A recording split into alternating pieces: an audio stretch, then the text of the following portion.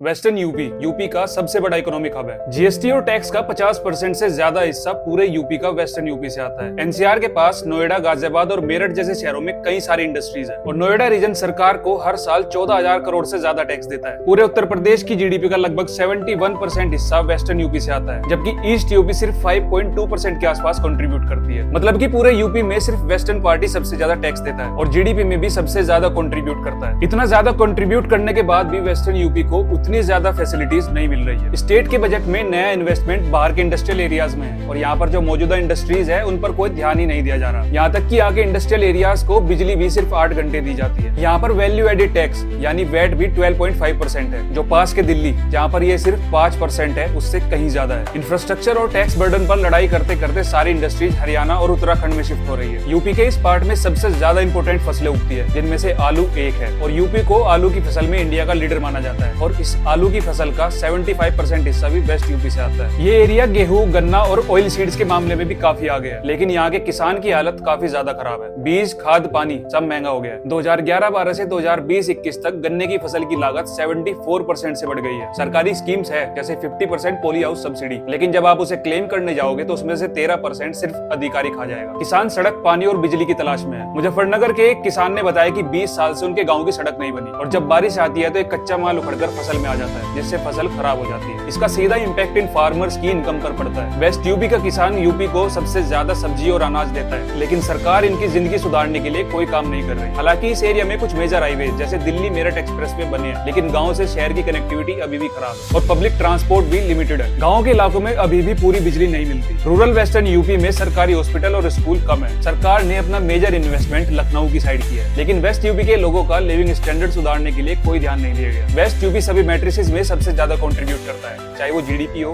Tax हो या फसल, लेकिन वहाँ के लोगों और किसानों को इसके बदले कुछ मिल नहीं रहा। बिजली, पानी की कमी और खराब इंफ्रास्ट्रक्चर डेवलपमेंट दिखाता है कि वेस्ट यूपी को एक अलग स्टेट बनाना चाहिए, ताकि यहाँ का कोई लोकल नेता इन दिक्कतों पर ध्यान दे और इनकी तरफ काम करे, क्योंकि यहाँ के लोगों से लिया काफी ज्यादा जा रहा है, लेकिन बदले में उन्हें कुछ मिल नहीं रहा और इसलिए वेस्ट यूपी का अलग होने का हक बनता है।